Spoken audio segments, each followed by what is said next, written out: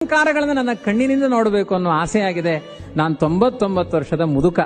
ವಾದಿರಾಜರು ಹೇಳಿದ್ರು, ನಾಳೆ ಮಧ್ಯಾಹ್ನ 12 ಗಂಟೆಗೆ ಬಾ, ನಮ್ ಕೃಷ್ಣ ನಿನಗೆ ಕಣ್ಣು ಕೊಡ್ತಾನೆ.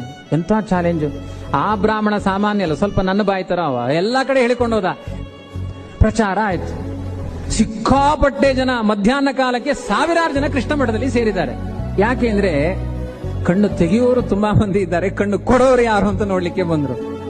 ವಾದಿರಾಜರು ಕೃಷ್ಣನ ಆರಾಧನೆಯನ್ನು ಮಾಡ್ತಾ ಕೃಷ್ಣನ ಪಾದಕ್ಕೆ ಗಂಧವಿಟ್ಟು ಕೇಳ್ತಾರೆ. ಒಬ್ಬ ಹೊರಗಡೆ ಭಕ್ತ ಕಾಯ್ತಾ ಇದ್ದಾನೆ, ಕಣ್ಣು ಕೊಡು ಅಂತ ಕೇಳ್ತಾ ಇದ್ದಾನೆ.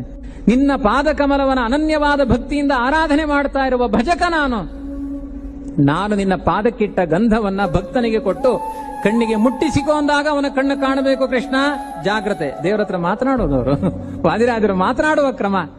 ನೀನು ಆ ಭಕ್ತನಿಗೆ ಕಣ್ಣು ಕೊಡ್ಲಿಲ್ಲ ಅಂದ್ರೆ ವಾದಿರಾಜರ ಮರ್ಯಾದೆ ಹೋಗೋದಲ್ಲ, ನಿನ್ನ ಮರ್ಯಾದೆ ಹೋಗುತ್ತೆ. ಯಾಕೆಂದ್ರೆ ಭಗವದ್ಗೀತೆಯಲ್ಲಿ ನಮೇ ಭಕ್ತ ಪ್ರಣಶ್ಯತಿ ಅಂತ